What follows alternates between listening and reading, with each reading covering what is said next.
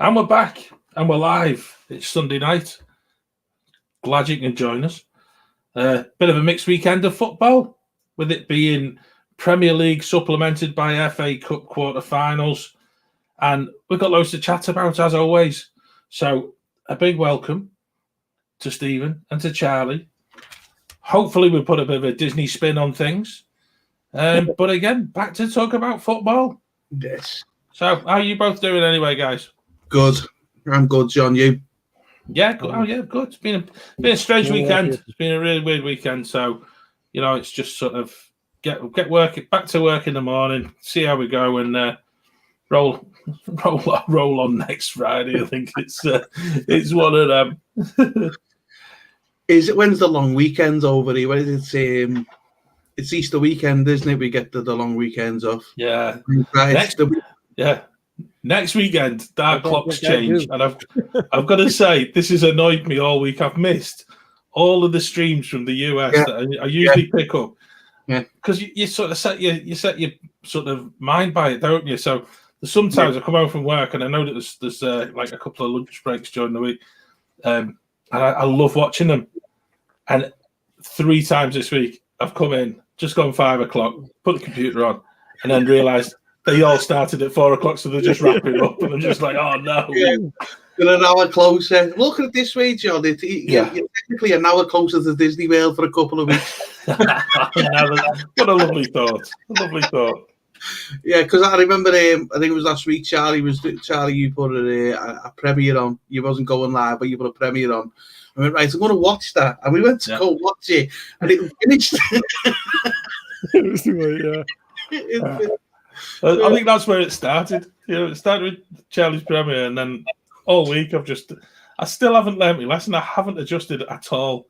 No. So I'll be glad next weekend when we get back to that 5-hour time difference again. I'll sort of breathe a sigh of relief this time next week and know that we're on a sensible time in the US. Yeah, 4 hours behind at the moment. Yeah. But Charlie's doing this show an hour later than normal. It must be quite bizarre for you. That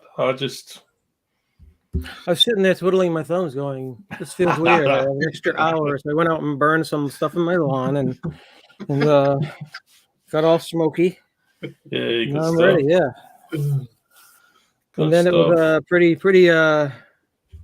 down week in regards to Premier League this week. It's been a bit of a strange one. Yeah.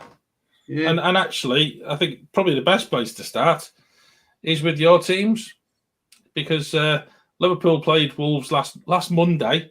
So this time last week, we were sort of mulling over the fact that it could be a really horrible sort of international break, because next weekend is when it's all the international games. But Liverpool actually, they did all right against Wolves. I think they just sort of managed to sneak that goal, and I'll say it quietly. They're above Everton now in the league on goal difference. But you guys got a game. On it, so. I know. I'm not counting our games in hand the way we're playing. But since I sent that letter, that little memo to Klopp saying, "Yo, put Fabinho back in midfield, we'll be okay." Yeah, so he's listening to you, Charlie. Good. I sent him another letter though. Get rid of Thiago. He's not good. No, he's awful. He's not doing it for me. I love Jota. I love him. Yeah. He's a fighter and a scrapper. I like him. But the other guy, he's just he's not putting in. He's not running everywhere. He's not running. He's not pressing. He's not that type of guy. So. Yeah. And he's a bit of a calamity as well, isn't he? He's guaranteed the yellow card every game. True, I'm kidding, huh? He does the yellow card, but then you act like he's, what did I do? And show the replay, and yes, you did something wrong again. It's like, stop with the theatrics, It's just, Definitely. I'd like to give a shout out to Nat Phillips, at centre half. Against, he's been doing well since he's come in. Yeah, he has. Yes. Really well. Yes. But I'm gonna go with you. What you just done with Thiago there, Charlie, and the other fella who was partnering him. He needs to go. He needs to be out. He's not ready. This Kabak fella, he's not good enough. He's just not good enough for me. I think it might be age, it might be experience. I don't know. But he's just not. He's only 19, right? He's only young, like he's young. He's young. I don't know. He might come along. Is he the lad you picked up really cheaply from Schalke? On loan, yeah. But then you look where Schalke are in the German league, and then they hardly won a game all season, and then Liverpool sort of sign him up, and you're thinking, that's what you've got to do your own work, haven't you? If you're going to buy a centre half from a team at the bottom of the German Bundesliga, that's what's coming into. He's got his confidence is going to be low. The skill set must be low because actually they're conceding goals week after week after week. They're probably glad to see the back of it. But Kabak and Phillips combined, those two, they look good. Three clean sheets now, right? Yeah. They've been together. They've been paired up 3 games, and they have 3 clean sheets, as far as I know. And that's what your team needed, though. Liverpool were desperate for just that whole thing and not conceding and actually being able to hit clubs on the break and try and get a goal. It's one of them. Scoring goals as well. They just haven't been scoring goals. I'm even doubting whether Salah would stick a ball in the empty net at the minute because he just seems to miss and everything. Yeah. So it wasn't just that. It was like the defense was leaking and we just weren't scoring. And I think Charlie, you just said it there. Fabinho going in the middle, he's made all the difference. Putting him in the middle has been the right thing to do. And I can understand why Klopp didn't do that to begin with, because he's thinking, I've lost all my top centre halves. I need to put some experience in there. Fabinho can sit there, but he's lost that protection in the midfield because he offers so much protection in the midfield. He's so important. I don't think we can afford to take him out of that midfield ever again. He needs to stay there as a fiction. That's where he sits. Have some trust in the guys in the back. They're not just right off the kindergarten train or whatever. It's just they have some experience. Let them do their thing, let them learn, and then we'll be better for it. And let Fabinho be able to lead. He can lead better from the midfield than he can from center back. Yeah.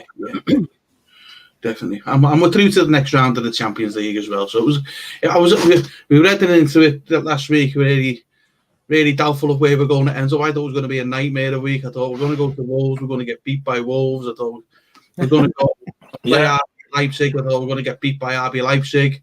But in both games, I thought they were the better team in both games. I thought they played really, really well. So a really good week for Liverpool. Which obviously was plus the fact they've had this weekend off as well. Yeah. Now this is something I think we've spoken about continuously. Is like the amount of games that are coming thick and fast.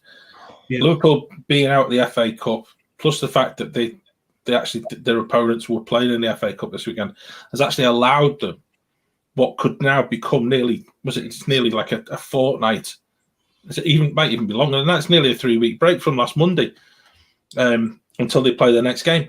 And so that's a true opportunity for players to get rested and players to actually have a proper bit of downtime. And I think that's really, really important. And I think that's something which should see them through a little bit more as the season comes to that sort of finale as well. This could be a telling time for Liverpool just to regroup. That's it.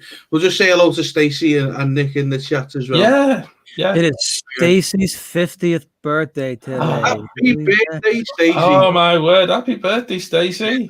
Half a century, yes. Wow. We had a little birthday show for her this morning. She opened up some presents and stuff. So. Oh, brilliant. Oh, fantastic. I'll have to go back and check that one out. I was busy in the old local DIY shop getting a load of bark and everything for the garden. It's been one of them weekends, Stephen, I think, as well, because normally I picked up on Charlie and Stacey's show, and again today it's just been one of the days I've not even been in touch with anyone from Great British Mickey Waffle, normally on a Sunday the texts are flying, and I've basically not had my phone with me all day, so it's just you feel sort of bereft in a way. You just sort of trying to keep in touch. Yeah, I'm out in the loop, and it's just one day when you're doing stuff. It's just like, good grief. I'll get a text tomorrow. Are you all right? You'd be very quiet. Why? Yeah. There was hardly any football on, so the wife had me doing stuff. Yeah. That's exactly it. Exactly. Yeah. Right. Anyway, on to the Everton Man United. Everton's week, John. You know, I thought Man City. Sorry, it was. I watched that game yesterday, and I thought Everton done well. I'd agree. I'd agree, and I've got to say, there's nothing. There's nothing much. There's no disgrace in getting beat off Man City at the minute, because actually they took control of the game. We had a plan. We stuck to the plan. We were difficult to break down until the last 10 minutes, and then they bring De Bruyne on, and suddenly they're a different side. They get 2 goals, and it's game over. It's the way City have been all season, and I was impressed after the game when Carlo Ancelotti just came on air and just said, "Look, we got beat off the best team in the world at the minute. Yeah, no excuse, no embarrassment by it, and you've got to accept that." I think we had a third choice goalkeeper in who played a blinder. We also did, the back four, back five really did do the damnedest to make sure that they protected him. And there wasn't a great deal of creativity from Everton. But that's what happens when you're playing against City. That's their system. Was that a cup game or? Yeah, it was Charlie. And so in some respects, I think the draws made today would play. Man City are now going on to play Chelsea in the semi-final. It's going to be, like I said about Liverpool having the weekend off, it's now a weekend in the future where Everton are going to have a weekend off. And we're going to need, teams are going to need these downtimes. So yeah, definitely. You can't have everything. I'd love to say we're going to a semi-final of the cup, but do you know something? It wasn't meant to be. No, I thought Everton plays well. I did. I thought he plays well. I thought he made a good account of them. Yeah. I mean, it was like, for me, it was like, I don't know, it was like choosing when I was watching that who I wanted to win that game. I thought Everton plays well, and I thought City were pretty much not at the races all the way. Yeah. It's just like you say, though, John. They just consistent. They just keep coming at you and keep coming at you, and then 10 minutes sometimes they go and score a goal. Yeah. And then I think that was it. Then, wasn't it? Once that went in. And to be honest, we've said it all along since we started doing this show. City have done that all season. They've basically played in second gear, and suddenly when they need to dig out a result, they just go through the gears, and more often than not, they come away with 3 points, or they come away with a result that's needed. And I think that they've got to be looking now. They've got the opportunity they're very close to winning the league.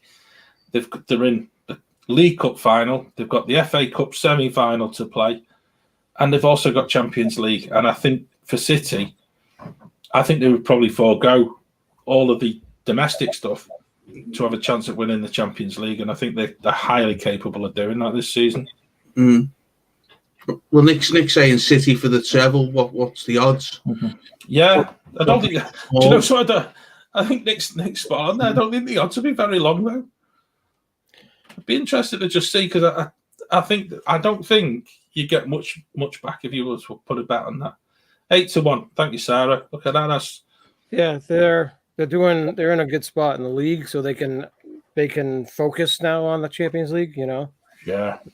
It's so far ahead. They're so far ahead in the league, in the Premier League, that they can bench their best players just to save them for the Champions League games. It's worth a little punt at 8-1. It's worth a little punt at 8-1. Definitely. Yeah, it certainly is. It certainly is. Sarah's saying it's the only day she can get me to do anything, John, today. I know, well, that's it, innit? You know, the sun comes out, Stephen, that's it. We've had it. That's it, yeah. We've had it. That all them that list that's been growing all during the winter. It's suddenly a hint of sunshine. It's like, oh, you can go and do that. You can go fix that. You can go. Let's go and buy stuff from one of the few shops that's actually open. Yeah, you can't get nothing over here at the minute. Yeah.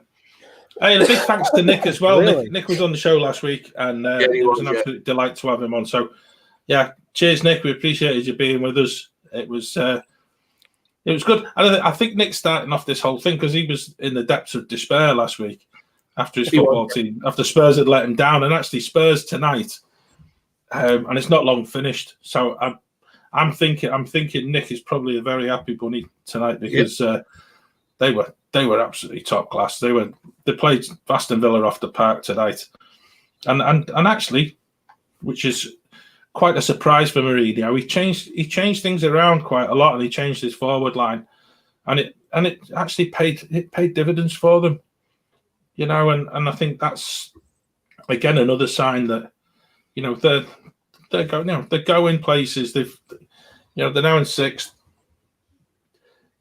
I'm just noticing that they've got above Liverpool. They've gone up above us. They're only a point behind West Ham now. So really good result for them, going away to Villa. Villa had a half-decent season this year. And by all accounts, they did play well. I didn't watch it, John. Yeah, I saw bits and bobs of it. And the one thing that surprised me, and I think we spoke about this last week, and that's Villa are just missing one player. And it's just like, I can't put my finger on it. And I said this last week, is the fact that you take Grealish out of the team, and they suddenly become a very ordinary side. And they look the same again tonight. I don't think Spurs are the finished article, but Spurs were made to look great because Villa just didn't gel. And it's really weird how just one player can have such a massive impact. And we've said all along, we've all really sort of had a little soft spot for the way Villa were playing. And it's costing them at the minute. It's costing them quite dear. They're down in 10th. And Grealish is a winger, right? Yeah. The young lad. Yeah, he's a really good player. He's a really good player. I rate him. I'm going to send another memo to Klopp saying, there's a replacement for Mane, and imagine Jota and Grealish on the front line. That'd be impressive. I think it'd be interesting to see what it'd be like within the structure of a bigger club. And I know Villa fans would probably hate me for saying it because actually, without him, they're not. They just don't seem to tick, and it's costing them. We'd said a few weeks ago. I personally had thought Villa had the opportunity of pushing for certainly top 6 place, but they're now looking over the shoulders, and they're now sort of getting dragged into that middle of the table bit with Leeds and Palace and Wolves.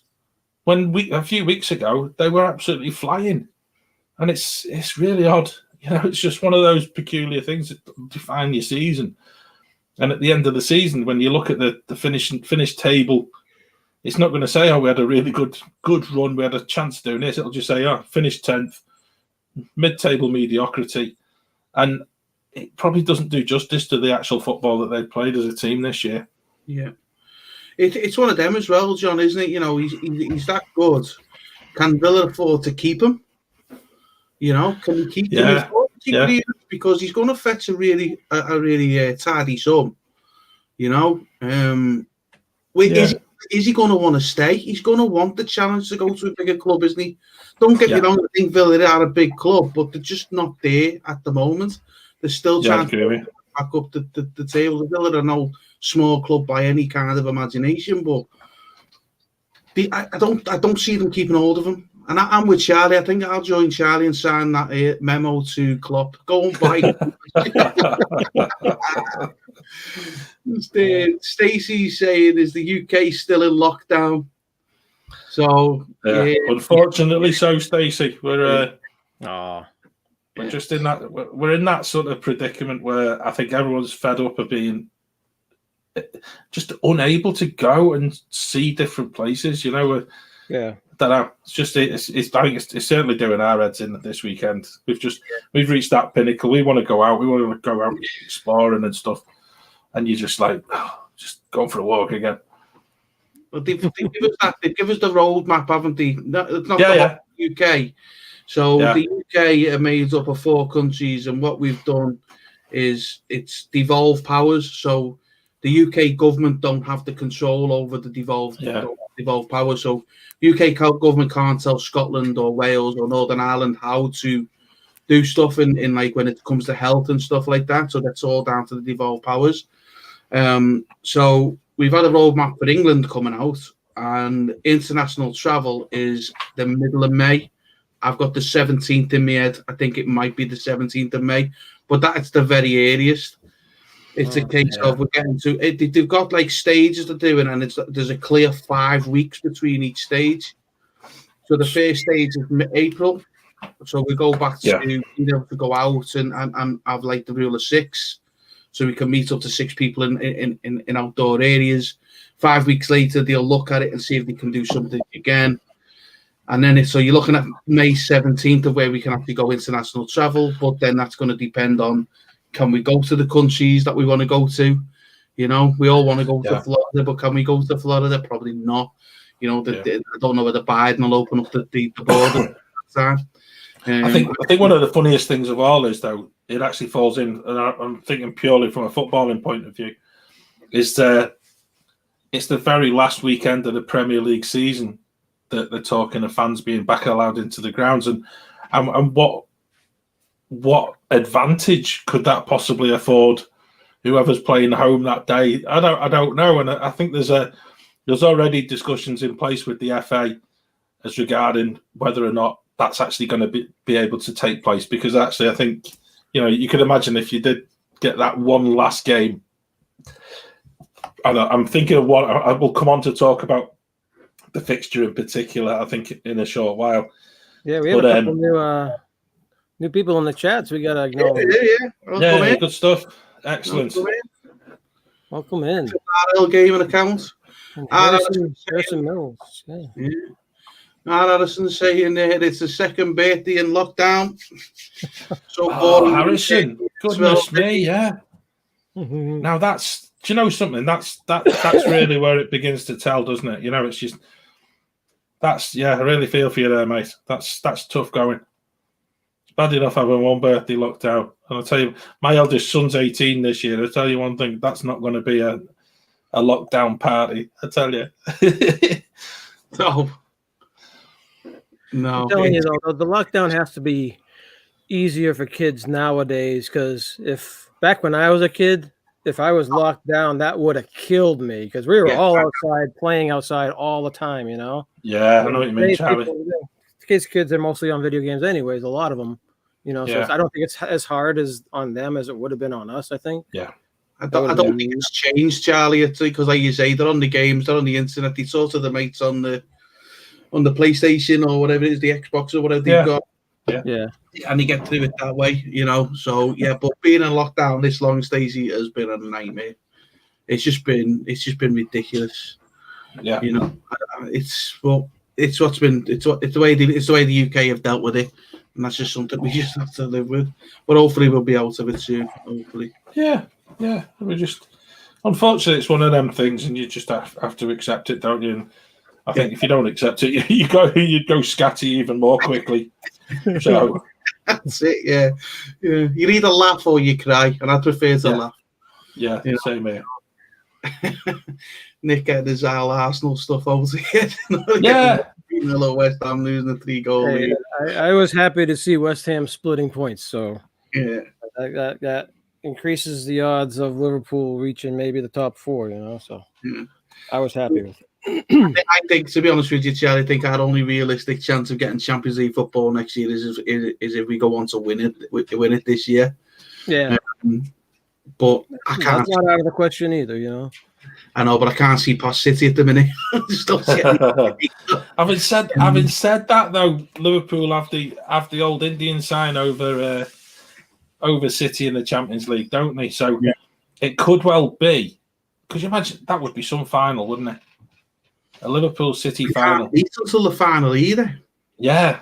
Because the draw it's worked out. We literally can't. It's Chelsea. It's the Chelsea game we go on to meet in the semi-final. Right. So Chelsea Ajax or something, isn't it? I can't remember who they got now. But no, I don't think it's Ajax. I don't think Ajax got that far. I'll have to look on the browser there, but we can't meet City until the final. That would be one hell of a final. That'd be a great work, wouldn't it? I don't think my blood pressure would do too well. Van Dijk will be back in the final. He'll be back by the final. Yeah. I might have to go to the doctor and ask for a double dose for me blood thinners.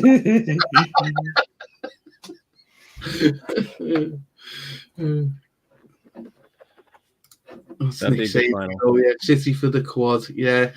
Well, I don't know. I'm going to be for Tottenham in the League Cup final, Nick. Definitely going to be doing the League Cup final. I'm a Spurs fan, I'd say. Spurs fan. Let's talk about Leicester Man United. Did you watch the game today? Charlie, you wouldn't have watched it because you're not getting the cup games over there. Yeah. But I see some of the commentary, though. I saw some of the... Yeah. I think it's very similar, Stephen, to everything that we've said before. You know, Man United had a fantastic performance in Milan in midweek in the Europa League. There were worthy winners there. And then it was a different side that turned up today. And it was just like, they looked slow. They looked as if they were, the first goal they gave away was just atrocious. And it's just like, you start questioning, am I actually watching the same football team? Mm. And that doesn't sort of detract from Leicester, because I give Leicester the due. They did exceptionally well. They controlled the game, and again they're just worthy winners. Yeah, and the guy who scored for them, Iheanacho. I've been really critical of him over probably past two seasons, because I don't think he does enough, and he's suddenly he's coming into his own, and he's banging the goals in.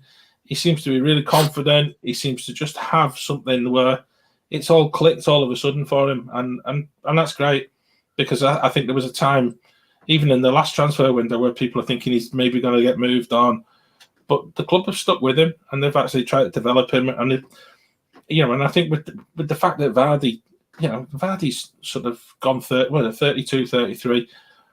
He's not going to keep going forever. So there's an opportunity at Leicester, and if he takes this now, I think he looks like the real deal, and I don't know. I just think it's an exciting one, because Leicester is still in that mix at the top end of the Premier League, and they could actually pick Man United for second place if they started to play like they played against Man United today, and it's exciting. That excites me, because actually I feel that Leicester should have more points on the board, and they really did lose just one or two games. In the past 3 or 4 weeks, they've lost a couple of games that you would have expected them to win.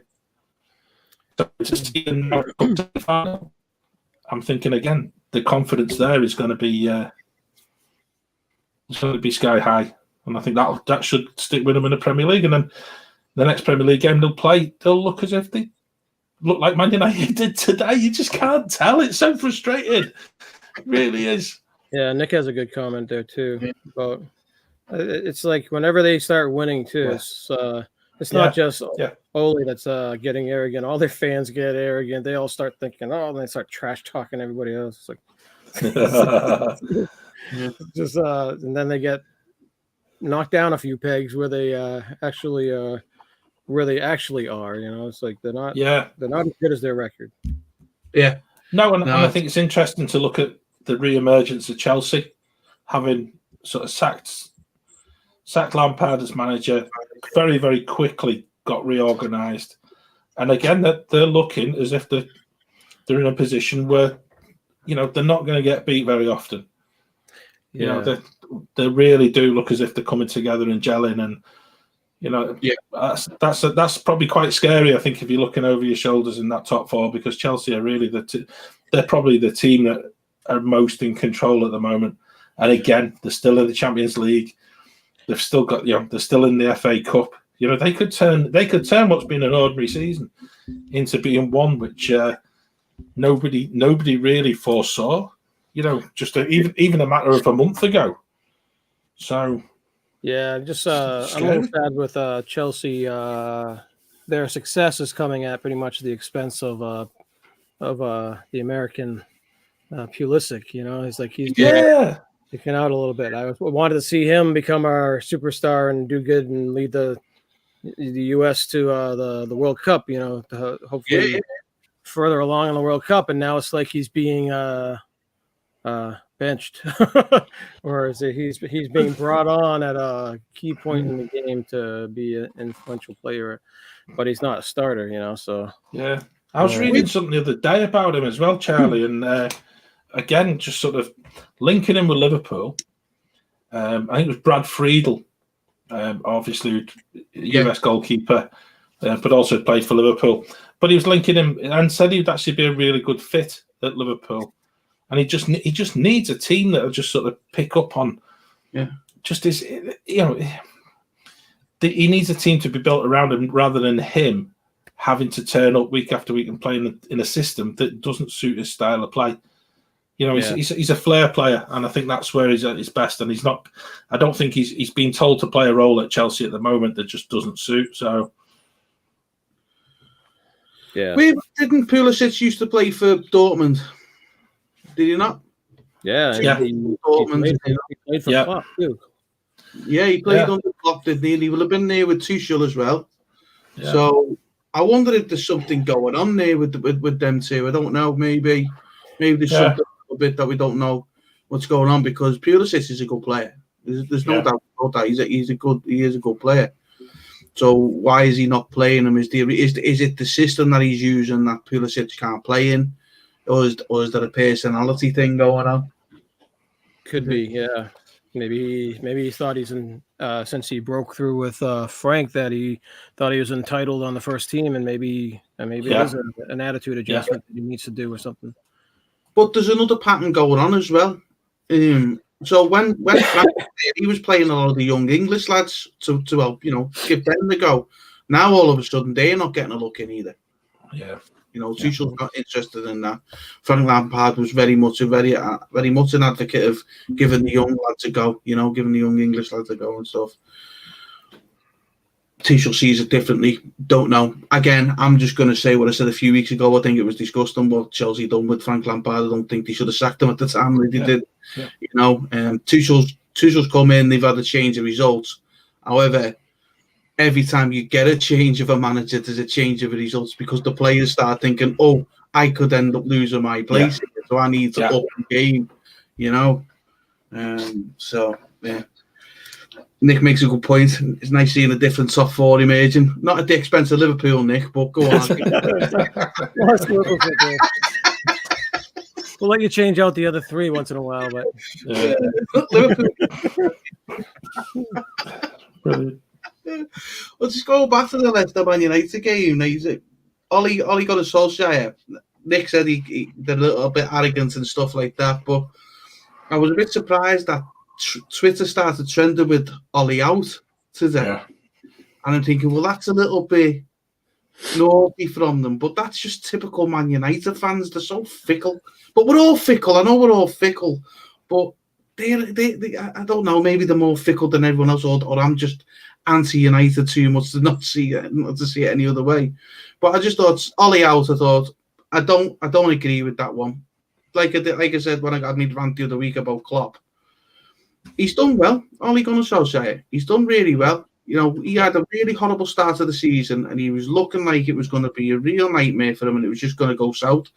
But all of a sudden, he's turned things around. They're sat second in the league, punching way above the weight at the moment. They got to the quarterfinals of the FA Cup. They've just got into the quarterfinals of the Europa League as well. Yeah. So I think it's a season.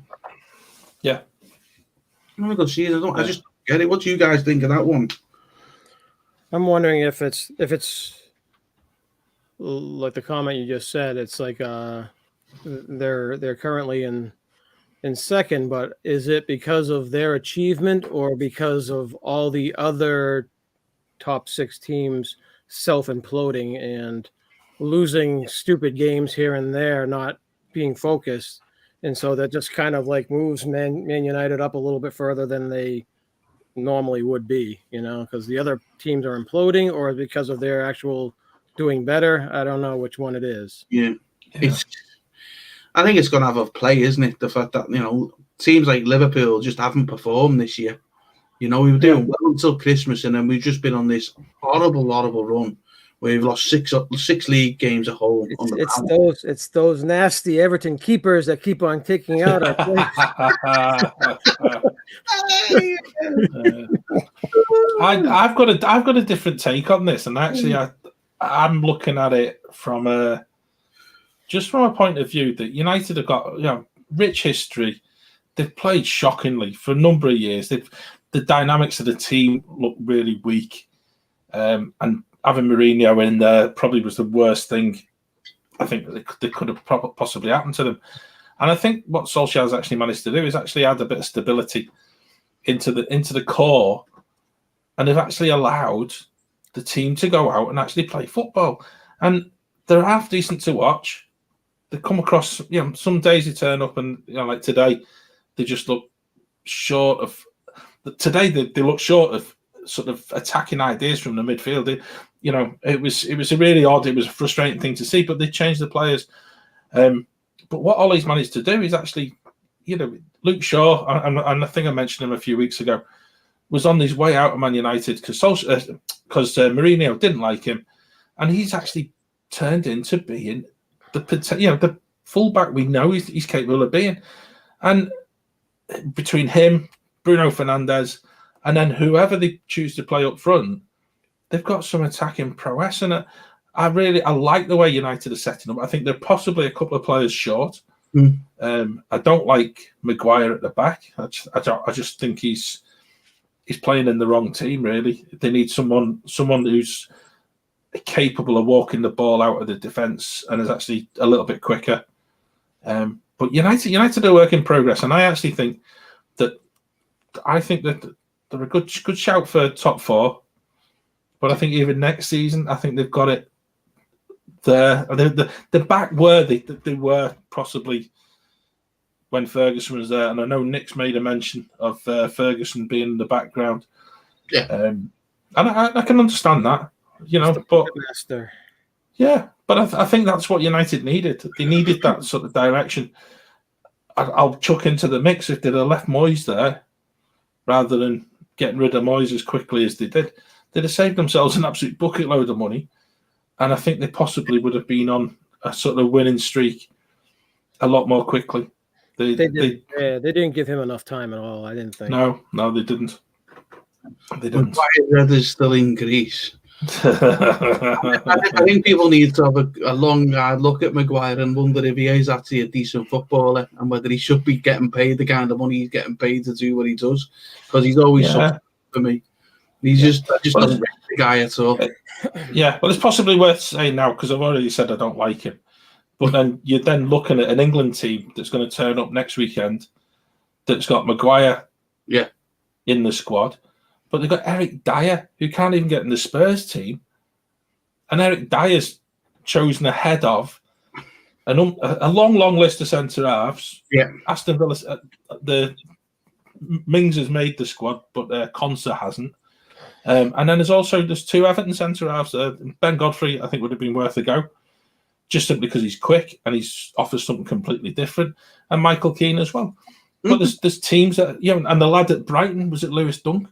Give these guys a shout, but let's choose who we're quite happy with, and I think that's wrong. I think Eric Dyer's had an absolute shocking season, and I think to consider to call him up into the England team on the back of not even getting in the Spurs starting 11, I think you're having a laugh. It's just like it shouldn't be happening. Is Nate Phillips an England national? Just curious.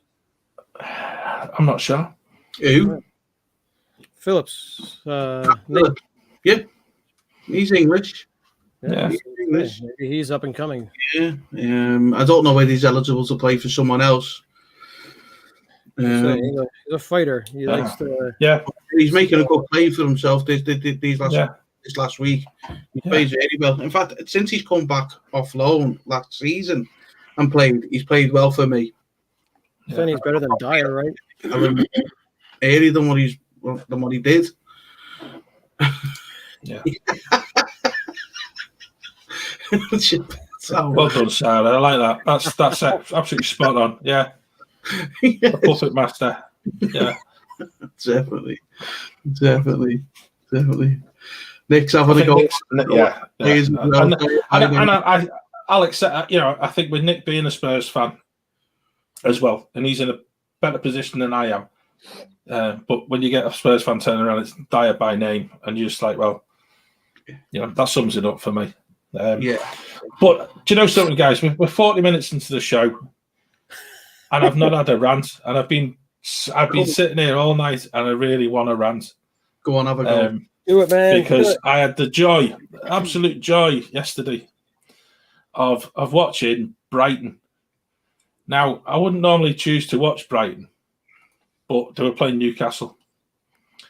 Now, I have got to say, I know we've slagged Steve Bruce off in previous shows. No. But if you're playing the team that that's just above you in the league and you're struggling at the very bottom, it was the proverbial 6-pointer. And Newcastle just put a team out to just try and not concede. And then unfortunately, they started conceding goals. They didn't have one shot on target all game. Now, I'm not sure about you, but I've read an awful lot about. Certainly looked on Twitter last night, and it was like Twitter was on fire about Steve Bruce and Mike Ashley. But I've got to say, I love Newcastle fans because I think there's such a passion in the city for the football team, and they are being sold down the River Tyne big time by the manager, by the team that's out on that pitch, and I really do feel for them. And I'm just looking. I was mentioning before about that last game of the season. Newcastle are just, the run of fixtures is not great, and I know that it was even said that there's about 3 people on the TV had said, you can't see them actually picking up any more points. And then you get to the last game of the season, and it is, just get it right here. So it's Fulham at home against Newcastle United. And I'm thinking, do you know something? That that would just be such a incredible last game. And at the moment, as it stands, Fulham have played a game more and are 2 points behind Newcastle. And again, Fulham were unlucky on Friday night against Leeds. Leeds won at Fulham's ground, but Newcastle were shocking. They just there was no plan. There was when plan A doesn't work, repeat plan A, and it was just like it was hideous. It's always done, isn't it? He's always done that, John Steve Bruce. He's always been plan A hasn't worked, so do plan A better, will you? It's just... And I'm trying not to swear because actually they're not my football team, and I've got friends who are Newcastle fans. They're embarrassed by they don't want to come to work on a Monday because of what's going on at the club. You look at there's a couple of players there who you're thinking they show a bit of heart, they show a bit of passion for the game, and he sits them on the bench. It's just like, I don't know, and I can totally understand why they want rid of Bruce. I totally understand why they just need a lifeline to try and avoid relegation. But I don't know. I'm like I say, I'm trying not to swear because it was appalling yesterday, and to see Brighton don't score many goals, and they were good value for 3-0. They really were. They were. And they actually, it could have been a lot more. And that's not what you want. You know, somebody needs to turn around to Newcastle and tell them, look, we're in a relegation battle here. The way they played yesterday is if we're on holidays for the rest of the summer. Nothing will happen to us. They're 2 points ahead of Fulham. Yeah. They've got a game in hand on Fulham. Yeah. But they haven't recorded a win in the last 6 games. Newcastle. Yeah. You know, Brighton are the one position above them. So that's a 6-pointer for them yesterday. Yeah, and to do it by 3-0 as well is one hell of a statement. You know, that's like, no, you stay where you're put. We're moving away from you, kind of statement. That. But the next four fixtures Newcastle have got, right? They've got Spurs at home. Yep. They then go to Burnley away, West Ham at home, Liverpool away. Then they've got Arsenal, then Leicester, then Man City. And do you know when and they've got the last 2 games. They've got Sheffield United at home, and then they play Fulham. And until that second last game, I can't. You know, they might squeak something off one of them teams, and I'll put my hand up. They've done Everton twice this season, but not the way they played yesterday. They were just they were so poor. They were really, really just not at the. Somebody hadn't read the script. It's like it was just. I don't know. I don't know. If there's anybody watching this as a Newcastle fan, I completely understand your hatred for the owner of the club and actually the lack of patience for the manager, because the manager's got to come out and take some sort of control and actually start putting a team. You know, put Andy Carroll on. At least if you put Andy Carroll on, you might get injured after half an hour, but at least he'll try and get you a goal. Yeah, he's wasted. Put him on the bench. He's not going to do anything. Don't know. It's just beyond belief. Absolutely beyond belief. And if it was my team, I'd be absolutely raging. There'd be steam out my ears. And it's not that long ago Everton were in that same position.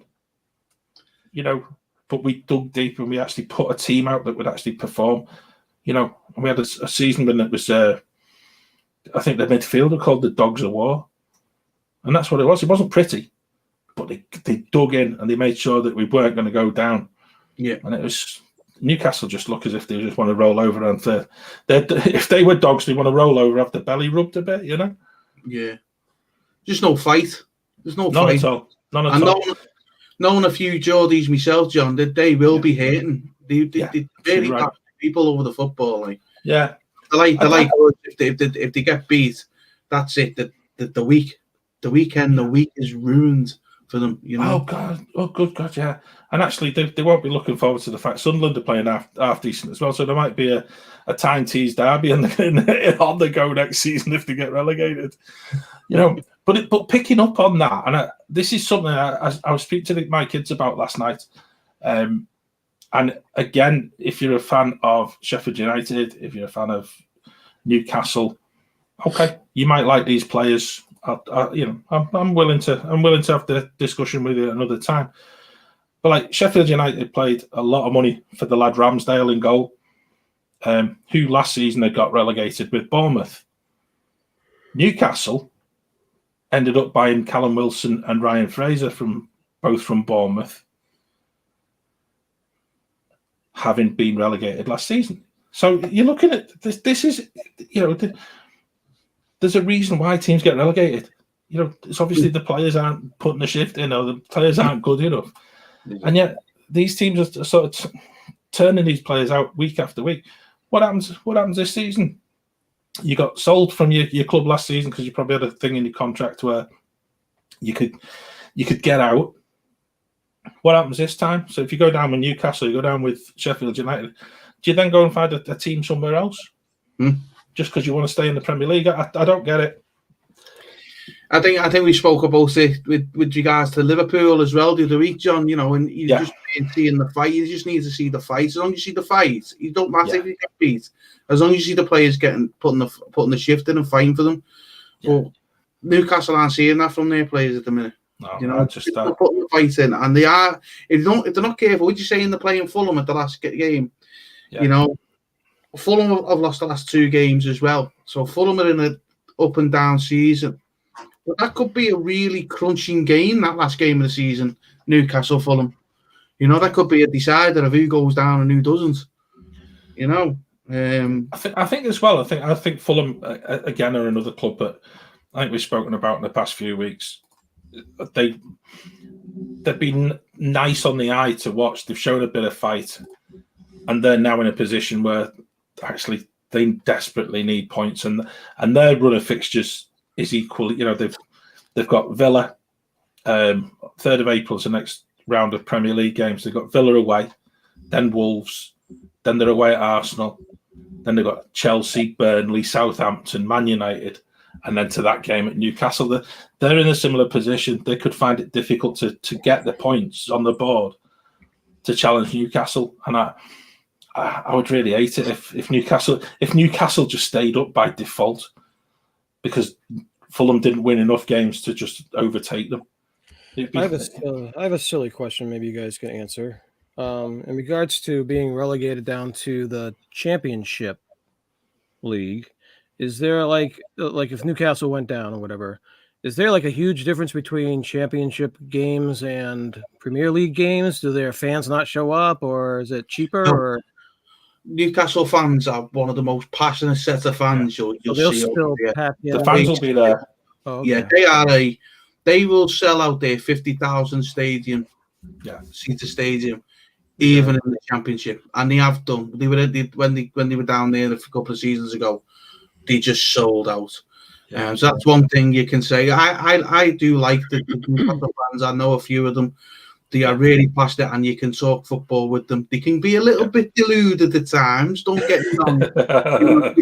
That's everybody, though, right? Yeah, because if you talk to a Newcastle fan, there's no club bigger than Newcastle. You know what I mean? That's just the way it is. Yeah. But at the same time, they just have that passion, and they will go to the stadium week in, week out.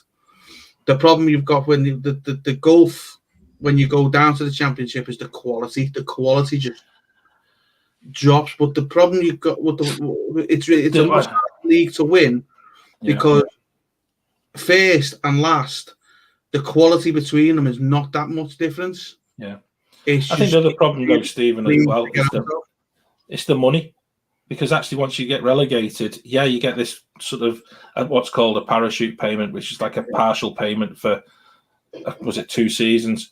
But it's not a patch on the 40-odd million that every club gets before that's topped up with prize money, and then it's topped up with extra TV money, depending on how often you get chosen for a game.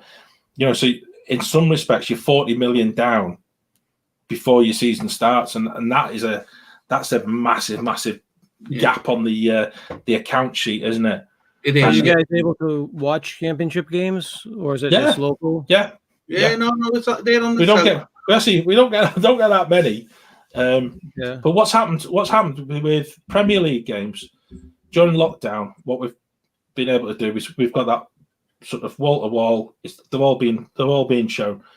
What's happened with a lot of Championship clubs, so that they can continue to operate, and it's happened in League One and League Two, and in the non-league as well. Is if you're a season ticket holder, you can get a live stream of the game with your season ticket, which is a good way of ensuring that your revenue's still kept. And what I'm finding, my father-in-law's a Chesterfield fan. He's now watching streams of Chesterfield games home and away, and it's reasonably priced. It's like £5 a game, stuff like that, and he don't mind paying that.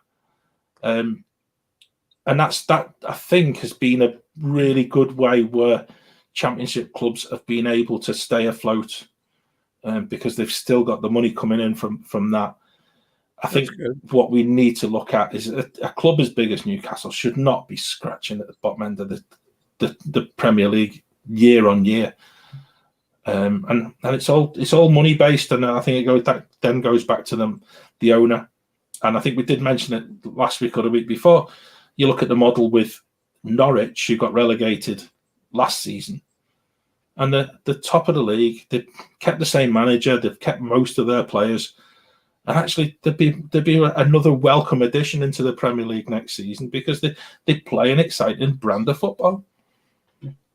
Yeah, just the costs for you there, Charlie, and what kind of gap it's going to have in any club's accounts when they go to the Premier League. is the team that finishes last in the Premier League gains more money from the Premier League than the winner of the Champions League. That's how much money is in the yeah. That's big. Because don't forget, not just you're streaming over in the States, you know, it's a massive market.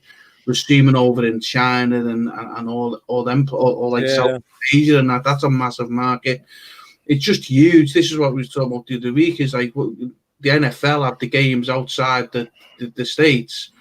There's always talk about the Premier League doing it, but it never ever took off. And I think it was a silly thing. It should have really took off. You know, you could have your games over in Asia. You could have your games over in the States and stuff like that. And I think it would have really galvanized how big it is. You know, there's just that big. There's that much money in it. It's ridiculous. Yeah. You know, that you're talking hundreds and hundreds of millions of pounds just for a company to have the TV rights to it. Yeah. You know, it's huge, the amount of money that's in the Premier League. In fact, it's scary. You know, a lot of your big leagues in Europe are very much against the amount of money that's in the Premier League because they just dominate everything over here in terms of football and stuff like that. So I think particularly in Spain, and I think Spain have suffered massively from a lack of investment in the TV deals that they've actually put in place, and as a result, we're now finding the likes of Barcelona have suddenly realised that you can't live your life constantly in debt to the bank. And similarly with Madrid, and what would they shouldn't be in that position. They should actually have it all stitched up. But it could happen here. It happened in Italy. The bubble burst. The TV money dried up. So I think as well. I think you also need to look at football clubs in this country being well run, and obviously a lot of them are bankrolled by multi-billionaires. But when you've not got that, look at the business model that Norwich have got. You look at the business model that some of the clubs have actually put in place, and you're thinking, you're doing well. Crystal Palace are another good example. They're quite happy just mid-table because they can actually deal with the maths as regarding we've got the money, we'll invest it in the team, and we won't overstretch ourselves. And for some clubs, that's as far as they want to go. For other clubs, if you want to seek that sort of top six, it's going to cost you an awful lot of more money as well. But so it's a strange one, isn't it? Yeah, what's Nick talking about? I thought you guys didn't have playoffs. No, so you have a playoff in the Championship. So what happens in the Championship is the top two teams, they get promoted automatically to the Premier League. Yeah. But then the 4 teams below that, so 3rd to 6th, they'll go into playoffs. So they'll play a semi-final. Then they'll go into the final, and whoever wins that gets the 3rd spot into the Premier League. Yeah. And what Nick's talking about there is just showing exactly that. That's how much money they get just to get into the Premier League. That's how much money we're up against. I think Nick's amount there accounts for if you played one season and you get relegated, and then you're still picking up that parachute payment for the following 2 seasons. But that's 120 million. You could actually. You could actually, if you did it properly without buying daft players and spending daft amounts on wages, some clubs could actually do it. I'm looking at a team at the moment in the Championship called Barnsley. Now they picked up a player from Orlando City on loan, Daryl DK, and tremendous prospect. Not the finished article, but he's been sent there to play basically his pre-season at Barnsley before he comes back to Orlando, and he's brilliant. Everyone's saying, "Oh, sign him up! We need to have him." I said, but that's not. To be honest, that's not part of the deal. But they've actually found a way of keeping their costs low in order to put some form of push towards getting towards the Premier League, and without having to spend millions upon millions with that sort of false promise, and then find at the end of the day you either come up short or you're just not good enough and you don't even make the playoffs. So it's it's an intriguing one, Charlie, and I think as time will sort of prove in the next few weeks, I'm intrigued to see where the Championship goes, because I'm looking forward to somebody different coming into the Premier League, and just as Leeds have done this year, Leeds again last Friday night. They just look great. They don't care if they get beat, but the standard of football and the style of football they're playing is just a joy. Who looks like they're coming up from the championship this year? Definitely Norwich. Okay. And I think Norwich in particular, I think what be interested to see is if Sheffield United go down. The issues there is the fact that they've got an aging team, so I don't think they need a full rebuild, don't they? Yeah, I don't think there's enough about that, John. I think they're relegated them. But you look at the teams there: Norwich, Watford, Swansea, and then Brentford, Barnsley, and Reading, plus Bournemouth. Bournemouth are still in the mix there, and suddenly you've got a real sort of 6-7 teams who could actually, Swansea being in the Premier League very recently. Brentford lost in the playoff last season. So we'll wait and see. I'm having Brentford in the Premier League. That'd be an interesting one, wouldn't it? It would a bit, yeah. Last time they were in the top flight. I bet that's one for the pub quiz. That one. In the top flight, but we've got to an hour. Right, and we still haven't done the Mickey or Goofy Awards, and we haven't done any rides. I think, Nick put Newcastle as the people mover.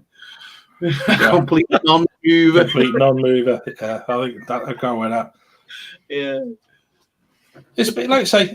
It's a really strange week because we've had FA Cup and we've had Premier League, and just trying to get the chat about sort of quite a range of things, and we've delved into quite a lot tonight, which I think for yourself, Charlie, is probably difficult because you don't get that sort of range of games, the range of games over there to sort of keep up to date with, like Championship or even some of the European leagues as well. So we do apologise for sort of adding into the bigger mix of stuff, but yeah, I've got to say I've got only one Goofy Award that's.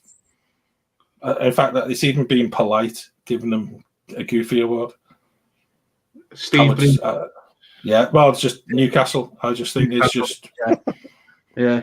I think it probably is it's a bit of an insult to Goofy. It's a massive insult to Goofy. Yeah, Goofy's got big teeth. Steve Bruce has got a big nose.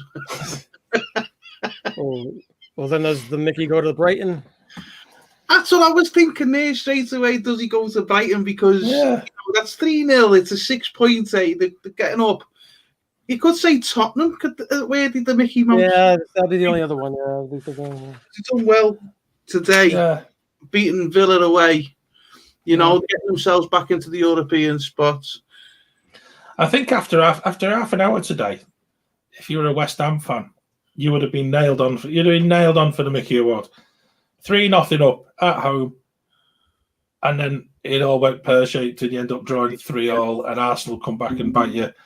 And I think between both of those teams, I think they've just got two managers that are probably sort of shrugging their shoulders and wondering how that happened. But that's why that game gets the Everest Ride Award. When West Ham looking around, look at all this great view. And what happened?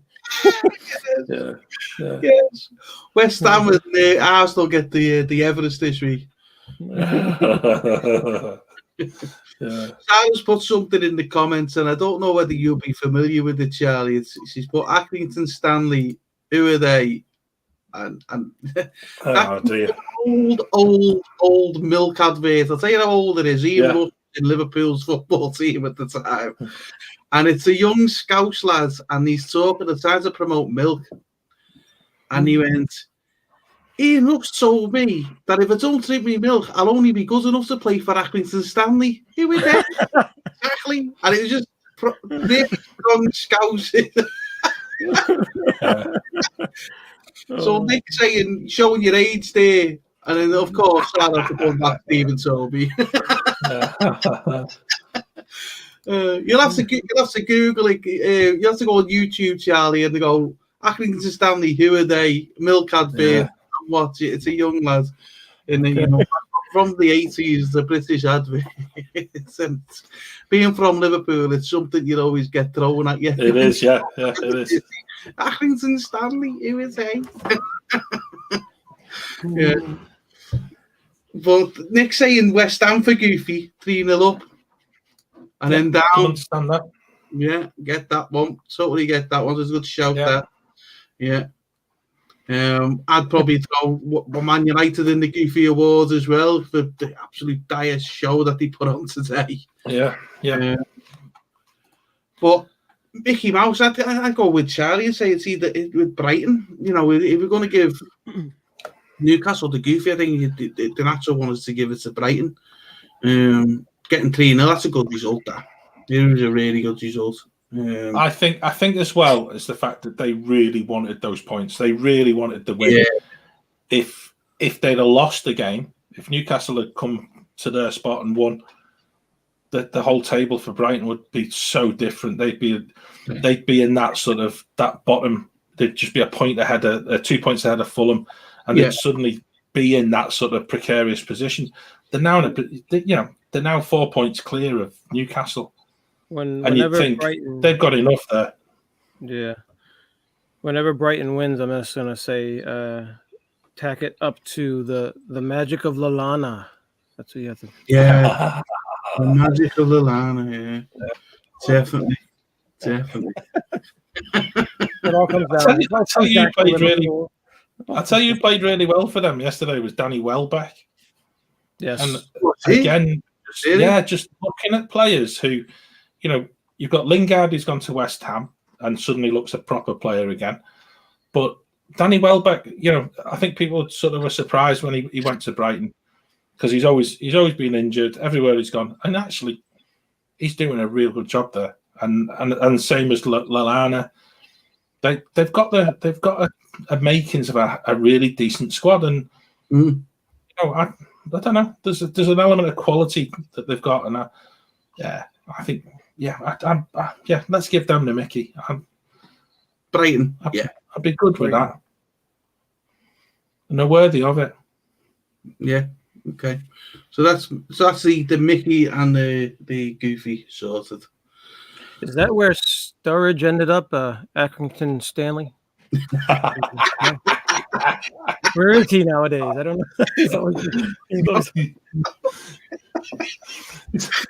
I think he's still looking for. Was it Jermaine Pennant who used to play for your lot as well? Wasn't it? Jermaine Pennant as well. Yeah. He's looking for him. He's somewhere in his car that he'd left at the station somewhere and forgot all about it. The funny thing is, well, Accrington Stanley, they got into a bit of a late state. He got in the FA Cup a couple of seasons ago, and he interviewed the manager, and he was a Scouser. Yeah. He was from Liverpool, yeah. This is where Daniel Sturridge, Accrington Stanley. He must have thanked himself, Charlie. Yeah. I think that's it, guys, isn't it? I think we've talked the hell out of the game this week, considering there wasn't that many games on this week, and poor Charlie would have only been 1 or 2 games been able to see. Yeah. That's been good. And it's been a real nice chat. And it's actually helped because we've actually had so few games to really focus on. And I think that just keeps it going. The chat's been brilliant. So everyone who's been in the chat, fantastic. And, you know, thanks for joining us. It's really good because like we said it last week, if you're in the chat, it gives us sort of another sort of focus on our discussion as well. And it stops us all from having a rant as well. So it's nice to share. It's that counselling session that we keep talking about, isn't it? Right, so we'll call it a night for this week. Thanks for joining us. Thanks for watching, guys. Thanks for joining in the chat. We'll see you next week.